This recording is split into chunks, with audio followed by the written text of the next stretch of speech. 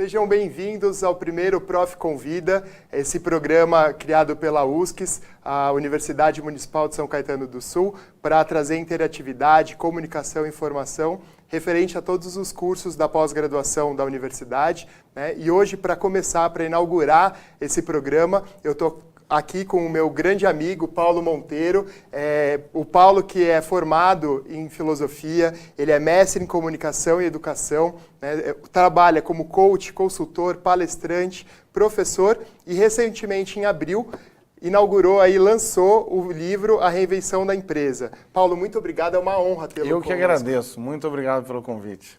Muito bom. Paulo, para a gente já começar esse bate-papo, eu, fazendo a leitura do livro, fiquei muito provocativo essa história de a reinvenção da empresa, né? Ainda mais no cenário atual, bastante acelerado, tecnológico. Queria que você contasse um pouquinho sobre isso. Com certeza. Bom, primeiro a ideia do livro vem de um encontro entre comigo e o meu colega Vanderlei Passarella, que ele foi presidente de empresa, hoje ele é membro de alguns conselhos, ele é professor, consultor também, e nós compartilhamos uma inquietação de que as organizações elas oferecem muitos manuais, muitos instrumentos, muitas metodologias, mas se discute pouco o que é uma organização, o que está por trás de uma organização, né? A quem ela serve, né? Quais são os seus propósitos, qual é a sua essência, né?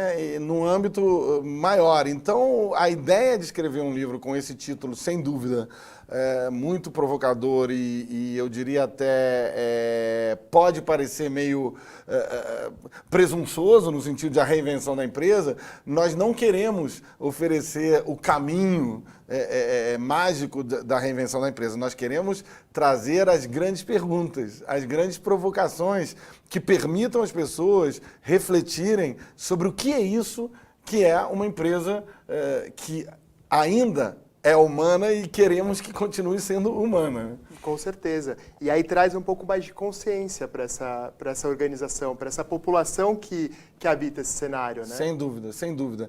Uma das nossas inquietações é que a gente está em pleno século XXI, onde se fala, hoje em dia, é quase monotemático você ouvir falar sobre tecnologia, né? Não tem volta. Nós somos seres tecnológicos, a tecnologia chegou para ficar. Ninguém tem dúvida disso. O que nos inquieta é que existe quase um monopólio temático dessa questão tecnológica, com pouca discussão sobre o humanismo nas empresas. Ou seja, o ser humano é o criador da tecnologia. Ele está por trás da tecnologia. Foi ele que inventou a tecnologia. Então, para que queremos a tecnologia? Para que queremos? Qual é o fim de você fazer organizações cada vez mais modernizadas do ponto de vista tecnológico? E essa é uma das nossas inquietações, né? O que queremos com a empresa? O que queremos construir com a empresa? Da onde viemos como seres humanos? Para onde vamos como seres humanos? Então esse é o tipo de discussão que a gente quis trazer e provocar no livro. Traz um cenário mais voltado para esse capital humano, né? Que percebe melhor esse capital humano dentro das empresas, né? Com certeza. Por isso a provocação, né? Tirar essa questão de somente o capital financeiro, somente o capital tecnológico e trazer mais humanidade para essa organização, em prol do resultado, né? Nunca largando o resultado financeiro. Sem dúvida, sem dúvida. A empresa existe, o fim último da empresa é ela gerar um lucro contribuindo para a sociedade. Eu diria que são os dois eixos do fim e do propósito de uma empresa. O peso muito maior tem sido para o lucro pelo lucro. Tá. E aí temos tido aí um desequilíbrio entre busca do lucro e impacto muitas vezes negativo na sociedade, ou com corrupção, ou com problemas de meio ambiente, né? Então não é você abstrair ou deixar de falar do lucro, mas a questão é como é que você une o lucro e harmoniza o lucro com esse aspecto do humanismo, né? Da contribuição humana para a sociedade. Muito bom. Eu estava folheando o livro e aí vi que vocês dividiram em duas grandes partes, né? Inspiração e transpiração. Me conta um pouquinho como foi essa divisão. Não, isso é muito legal, porque ambos somos, os dois autores somos muito inquietos do ponto de vista intelectual, somos muito curiosos em termos disso. Então a gente começou a conversar, na verdade esse livro foi concebido num café, né, lá no Rio de Janeiro. A gente ia marcando encontros no café e íamos avançando na nossa discussão. Na verdade, foi um livro que surgiu de um diálogo meio socrático, né? E como era muito rica a discussão e como ambos temos um conhecimento razoável, eu diria, de filosofia, cosmologia, etc., a gente pensou em fazer uma parte que seria uma parte mais reflexiva, que a gente chamou de inspiração, que busca o pensamento crítico, ou seja, busca aí nesse iceberg do pensamento quais são as causas, da onde o ser humano vem, qual é a natureza do trabalho, a questão da transdisciplinaridade, a natureza do dinheiro. E aí a gente, como somos profissionais de empresas, servimos a empresas e viemos de empresas, a gente pensou a necessidade de fazer uma segunda parte de aplicação. Como essas reflexões mais profundas se traduzem em elementos concretos do mundo empresarial. E aí entra, meu caro Fernando, aí entra estrutura, cultura organizacional, liderança, estratégia, governança. Então o livro realmente ele tem dois grandes blocos, um bloco inspiracional, mais profundo, e um bloco mais prático de aplicação. E aí, se me permite, é uma opinião, óbvio, né? É uma visão subjetiva, mas eu também, como leitor de livros organizacionais no Brasil, eu sinto falta de livros que trazem um pensamento mais crítico, mais profundo sobre as empresas, né? Tem muita quantidade de livros instrumentais, de manual, como fazer tal coisa, importantíssimos, né? Mas a gente precisa equilibrar esse volume de livros mais pragmáticos com livros mais provocadores e mais críticos e mais reflexivos. Muito bom. O mundo está cada vez mais pragmático, né? O convite à população, não só no cenário organizacional, é para que você faça, né? Para que você desenvolva, mas diretamente no fazer. Como a formação em filosofia agrega no seu bate-papo em sala de aula, na consultoria, na palestra e principalmente no livro, né, no desenvolvimento desse livro? Muito legal, muito interessante a tua pergunta. Eu me formei primeiro em comunicação e aí depois eu acabei migrando para esse mundo da educação e eu fui estudar filosofia já aí com uns 30 anos mais ou menos, estudei 2 anos de filosofia fora do país e sem nenhum exagero, Fernando, mudou minha vida. Eu acho que a minha maneira de pensar, quando você começa a estudar os clássicos, Platão, Aristóteles, tudo tem um porquê, tudo tem um... você começa a entender que uma aparente realidade, ela tem um iceberg embaixo, ela tem uma riqueza, uma densidade de motivos que você precisa cavar, que você precisa garimpar.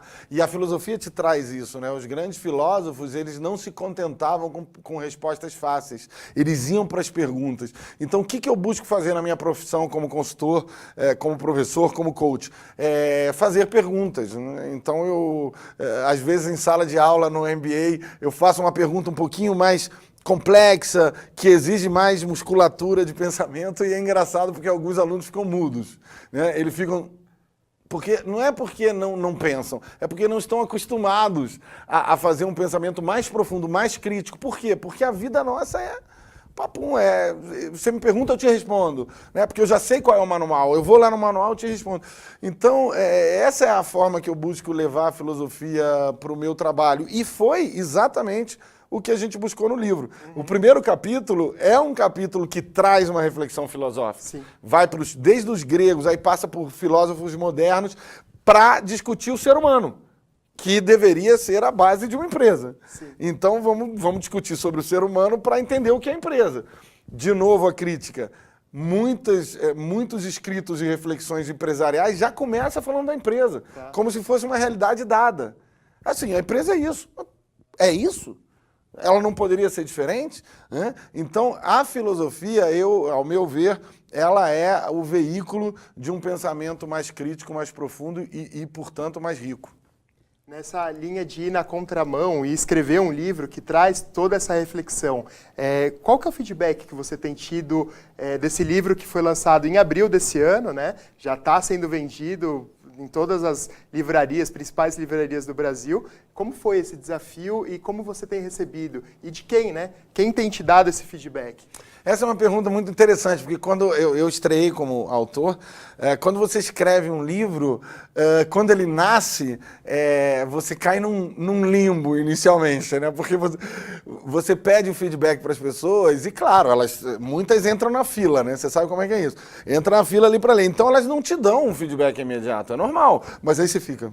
Né? Uma ansiedade. Você fica, cara, eu quero ouvir.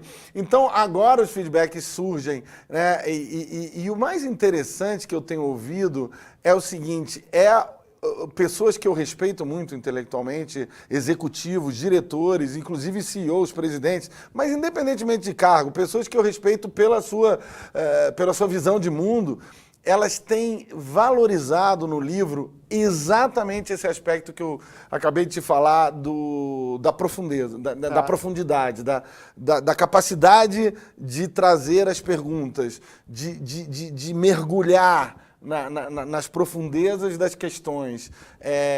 Até um grande amigo meu, que foi um executivo de uma empresa grande, ele falou assim, vocês foram corajosos de escrever um livro assim, porque ele não traz um apelo comercial no sentido de fast food. Tá. Ele não é um livro fast food. Tá. Né? Leia na ponte aérea e você vai ter todas as suas respostas. Não, ao contrário.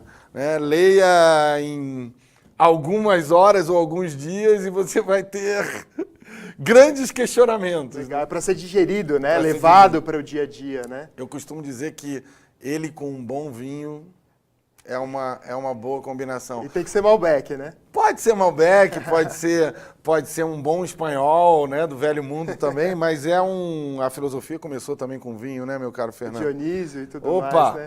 Então, porque aí você vai degustando, você vai entrando nessa dialética.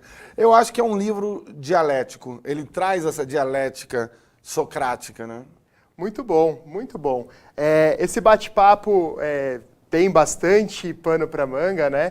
Mas a gente vai continuar ele em março, numa palestra, num fórum que a gente vai fazer. A gente ainda está nos finais de desenvolvimento da palestra, que a gente vai ter como tema um grande fórum de debate, discussão, né, para a gente trazer o tema do livro. Nesse dia, a gente vai contar com a editora Évora, que vai estar comercializando o livro, e o Paulo vai estar aqui dando autógrafo, mas também contando os pormenores do livro, né? O porquê que essa empresa precisa ser reinventada, né? Qual que é o motivo disso? Será que precisa ser reinventada mesmo? Para que cenário a gente precisa dar foco? Então, para você que até lá gostaria de ler para trazer suas indagações, a gente está colocando aqui o link do site do livro, né, para que você possa consultar todas as lojas físicas ou até mesmo pela própria internet, já consumir isso, digerir isso com vinho ou não, mas para que gere essa reflexão para vocês e trazerem nessa palestra que vai ser em São Paulo e que a tendência é a gente girar o Brasil com ela, né? Essa é a ideia, é o que esperamos. Muito bom. A gente vai contar com participantes também para a gente discutir, participantes de cargos executivos, né? E para que a gente tenha essa visão, né? Porque esse livro, ele fala para todos os cenários, né? Fala para todos os níveis hierárquicos dentro de uma organização, né? Então é importante a gente poder fazer esse debate e discussão com todos. Então, aguardem, logo logo a gente vai estar com as informações no site, nas redes sociais, para que vocês possam ir acompanhando e se inscreverem nesse evento, que é um evento que tende a reinventar a empresa mesmo, né, na prática. É isso aí, gostaria de te agradecer imensamente por fazer parte dessa inauguração desse programa. Para mim é uma honra, eu como seu ex-aluno, né? Então eu agradeço muito pela sua participação, Paulo. Ao contrário, eu que agradeço o convite, eu realmente espero que o maior número de pessoas pode estar presente, né? De todos, desde alunos a executivos, todo mundo que se interessa pelo tema da empresa, para a gente gerar um fórum, realmente, um debate, uma discussão em tempo real, que é o que a gente quer gerar nesse evento. Então, mais uma vez, muito obrigado, Fernando, e espero voltar mais vezes para esse tipo de conversa. Com certeza, o convite, você sabe, já está feito há muito tempo. Pessoal, muito obrigado, esse foi o primeiro Prof. Convida, muito obrigado por ter participado, né? E a gente vai tocando aí, até mais.